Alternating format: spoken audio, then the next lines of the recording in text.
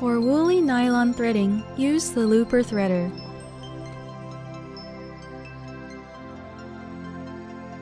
Insert the looper threader until it comes out.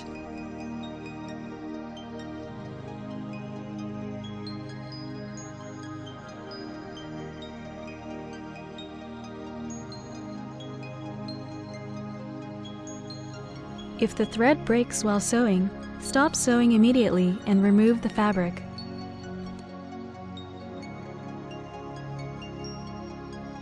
When one of the looper threads breaks, pull out both threads and rethread.